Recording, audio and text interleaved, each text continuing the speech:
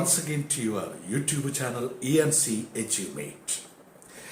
So here we had already started a story, The Price of Flowers by Prabhat Kumar Mukhopadhyay.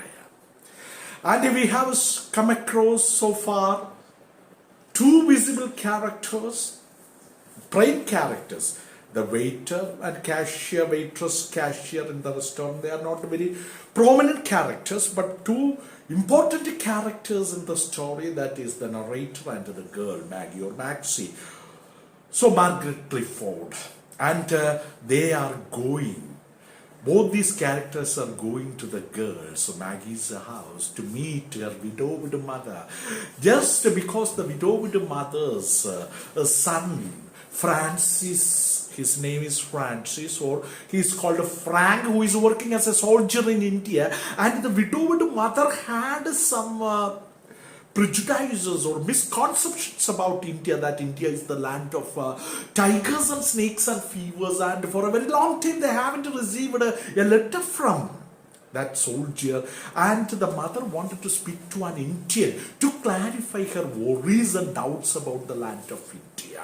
So they came inside, and Maggie closed the door, and she asked, "Mother, where are you?" Then mother told, "I am in the kitchen, child. Please come down." She asked them to come down. It is necessary, now the narrator is having his opinion about the houses in London streets. So it is necessary to explain here that London streets are above ground. Kitchens are often below street level. That was the structure of the houses in streets, London streets. Maggie looked at me questioningly. Maggie looked at me questioningly. So before that, some lines are left. I'm just coming to that one. So the mother told them, "Please come down." So he explained about the structure of the streets and the structure of the house. Maggie looked at me questioningly. "Do you mind coming downstairs in the kitchen?" The narrator said, "Not in the least, I don't mind. Please come on, let's go down to the kitchen." Together we descended. Since the kitchen is down, the movement position is descending, not ascending. Descending opposite is ascending. Together means both the narrator and the girl stepped down, descended the stairs to the kitchen. "Mother," Maggie said from a doorway, "an Indian gentleman has come to see you." So she is very happy because the widowed mother wanted to speak to an Indian. Mother asked, the old woman asked eagerly, "Where is he?" with a smile. The narrator stepped into the kitchen behind Maggie. She introduced us. Us means both the narrator and the girl. "This is Mr. Gupta, mother." Now try to understand, the narrator's name is Mr. Gupta. She said, "Mr. Gupta, my mother." She said, "Mr. Gupta, my mother." "How do you do?" I said and held out my hand. Gupta would see the mother. "How do you do?" He stretched out his hand to shake hand. "Excuse me," the widowed mother said. "My hand," she said, holding them out for me to see. The narrator see, they were covered with the flour, wheat flour or rice flour. "Today is Saturday," she explained. "I am making cakes. People will come to buy these cakes this evening, and those cakes will be sold on the streets tonight, Saturday night. This is the way we make our living." Actually, Saturday is a day of a festivity, and all the poor people in their houses will prepare cakes, and those cakes will be sold in the streets. By the way, they earn money and they make their living and make their both ends meet very smoothly. Lots of trouble. Mother is telling about the struggles they have it to undergo just to meet in the life. Saturday night is a time of festivity in poor neighborhoods. All sorts of things are sold from countless lighted push carts. Push carts are there. Countless, that means numberless things are sold in lighted push carts. The streets are more crowded on Saturday nights than any other day. Saturday is the day the poor are able to spend a little, so they can spend some money to buy their things for. They receive their weekly salaries or wages, remuneration for their work. Ingredients. Now they are going for explaining what are the ingredients used for making cakes. Flour, sugar, fat, raisins, eggs. So like that they are going for explaining what are the ingredients needed for preparing cakes or delicacies to be sold Saturday, and so forth. We set out in readiness upon the dress. So dresser is the thing, the operators used for making the cakes. Several freshly baked cakes in tins were also there. So some fresh cakes were tinned, and those tins were also seen there. Sitting in such a poor kitchen will not be very pleasant, happy for you, will it? Mrs. Clifford asked the narrator. So sitting in this kitchen is not a happy thing for you. I have almost finished my work. Don't worry, I am at the end of my making cakes or preparing cakes. Maggie, take the narrator into the sitting room. I will come in a minute. That is what the mother told her daughter. No. The narrator protested. The mother told him, that's not a problem. I can sit here well enough. It's very comfortable for me to sit in the kitchen. The cakes you make are nice ones, I must say. So nice cakes you prepare. Mrs. Clifford thanked me with a smile. Thank you with a smile, she thanked. What kind of a country is India, sir? Asked Mrs. Clifford as she resumed her cooking. When she was continuing her cooking, she asked the narrator, what kind of a country is India? Then the narrator told, India is a beautiful country, safe to live in. Then the mother asked, is India safe to live in? Certainly, surely, but not cold like this country. It is somewhat hot. Then the widowed mother is asking the narrator, aren't there too many snakes and tigers? Don't they kill people? Then the narrator laughingly said, don't believe that. Snakes and tigers are kept to the jungles. They live in the jungles. They get killed themselves if they come close to the places where people live in. You see, actually people are killed, or such animals were killed or reptiles were killed when they come to the settlement area. When they come to the settlement area means the people where they live in. Then she asked, what about the fevers? In some places in India only fevers. There is more fever than in others. It is neither the same everywhere nor the same all there alone. You need not to worry about some places only fever. Other places are free from fevers. Then she is telling, my son is in the Punjab. He is a soldier. What kind of a place is the Punjab? Then the narrator saying, the Punjab is a fine place. Mr. Gupta says that the Punjab is a fine place. There is little fever there. No fever.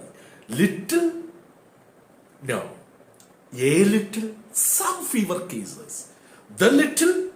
The maximum fever cases available there. There is little fever means no fever there. It is very healthy place. Punjab is a very healthy place. Oh, I am glad to hear it, Mrs. Clifford said. Yeah, I'm very happy. Punjab is a safe place to live in. Her baking was finished. Maggie, she said, mother said, Maggie, take Mr. Gupta upstairs. Go upstairs, downstairs opposite, upstairs. I will wash my hands and bring tea. Maggie showed the way to their sitting room and I followed Mr. Gupta followed the girl.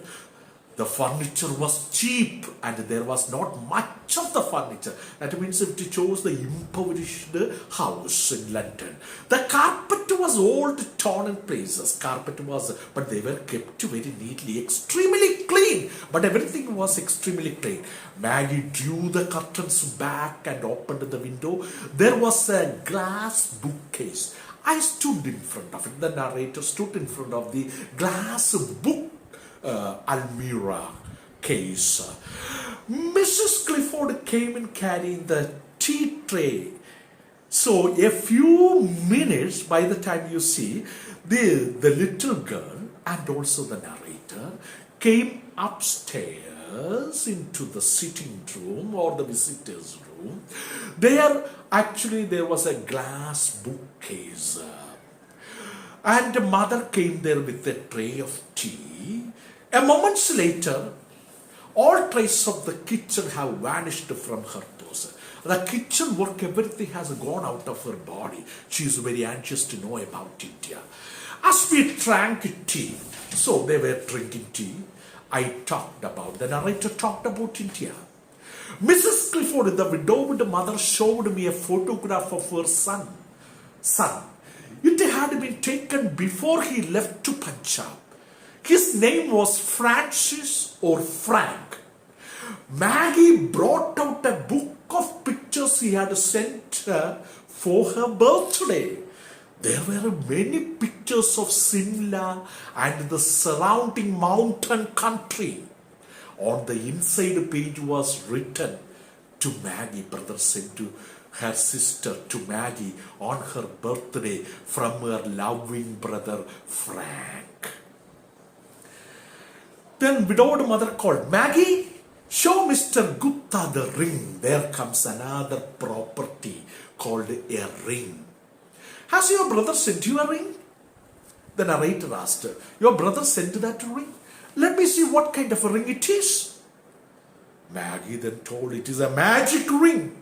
A yogi gave it to Frank. Actually, a yogi gave this ring to Frank. Frank sent this ring to her sister. She brought it and asked, can you see the past and the future in it? And asked the narrator, please look into the ring. Can you see the past and the future into the crystal glass of the ring? I heard a lot about crystal gazing. A crystal was set in the ring. I took it up and examined. The narrator took the ring and examined that ring. Looked very deep into the ring. When Frank was sent to the ring, Mrs. Clifford, widowed mother is saying, he wrote that if you concentrate on a distant person as you gaze into this ring, you will be able to see that man and what he is doing. This is what the yogi told Frank. Maggie and the narrator, I have concentrated upon this crystal glass of the ring again and again because we have not had any news of the Frank for a long time. But we have not been able to see anything. Why don't you try? You are a Hindu. You may be able to do it. So both the widowed mother and her daughter, they are telling. So we haven't heard any word or letter from Frank for a long time.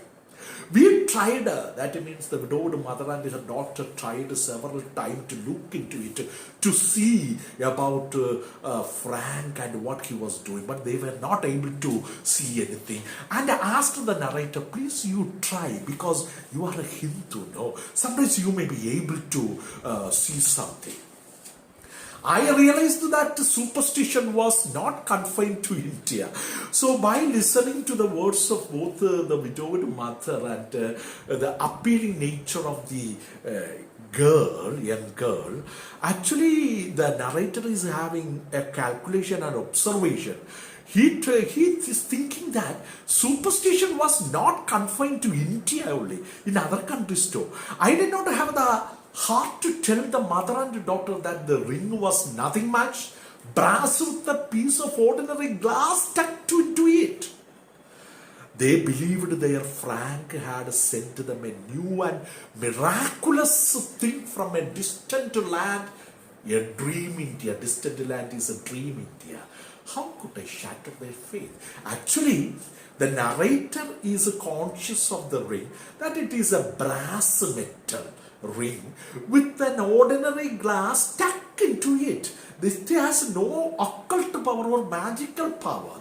So he is telling, how can I shatter the belief of both the widowed mother and her daughter? But he does not want to tell the truth to them. But the narrator was impulsed, urged by Mrs. Clifford and Maggie. Then the narrator took the ring into his hand and started at the glass very intensely for a long time. He exclaimed it, giving up. I cannot see anything. I exclaimed at last, giving up the ring. The mother and daughter were disappointed. So they were unhappy because this Indian could not see anything to change the subject. So they were disappointed. So the narrator wanted to make the widowed mother and her daughter happy. He changed the subject. He said, hey, there is a violin. Is it yours? Isn't it? That is all. Now, the narrator wanted to change the subject of their conversation because the narrator was not able to see anything in the crystal glass of the ring. And he wanted to make the widowed mother and her daughter happy. He wanted to change the subject, and he pointed out a violin over there and asked, is it Maggie's? Yes, Mrs. Clifford answered. The widowed mother told, yes, the violin is Maggie's. Maggie plays quite well. She plays violin very well. Maggie, please play something for us. The mother is telling the daughter, please play something for our happiness. Oh, mother. Maggie looked at her mother in protest. She told Maggie told her, no, mother, I can't. Maggie, I plead, please play something. I am very fond of the violin. I have a sister at home about your age. She used to play for me. The narrator is asking, please, I am fond of listening to the playing of violin. I have a sister like you at home. She used to play for me the violin. The way I play is not all the worth listening to, Maggie said. Maggie says that I just to play, but it is not a very harmonious to listen to my playing of the violin. My entreaties, we came to the word entreaties, emotional request. I last forced Maggie to play. Then I don't know many pieces. Maggie says that I don't know many musical compositions, so violin compositions, she said. What would you like to hear? Shall I choose something? All right, then give me your music. Let me see what you have. So the narrator is telling your music, violin music notation book give me. I will tell you what you have to play.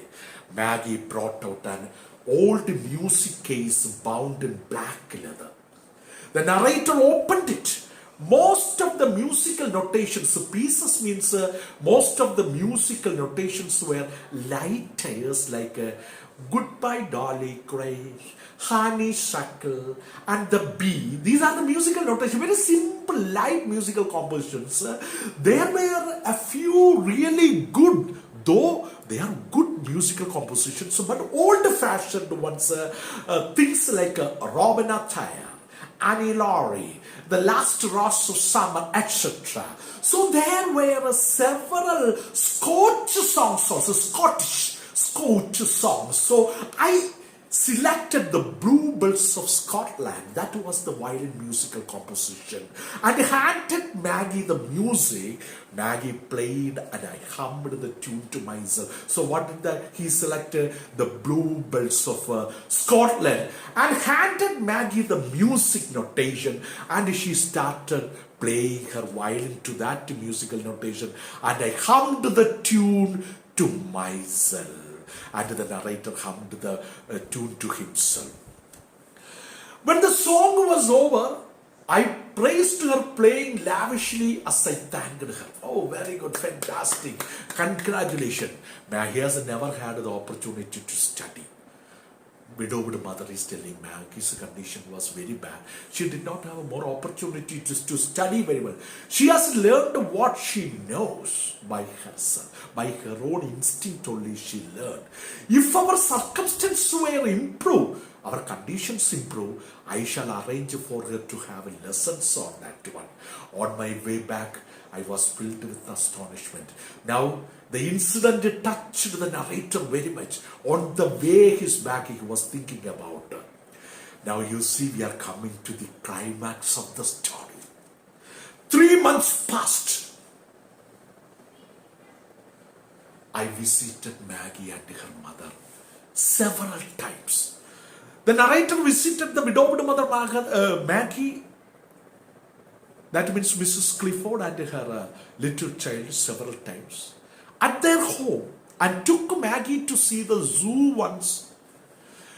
She rode the elephant, Indian Raja. That the name of the elephant was Indian Raja, like all other boys and girls. How delighted and happy she was. But no news had come from her brother.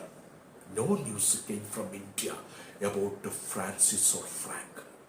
Compelled by Mrs. Clifford, I went to India House one day and made inquiries. He made some inquiries about this soldier Francis or Frank.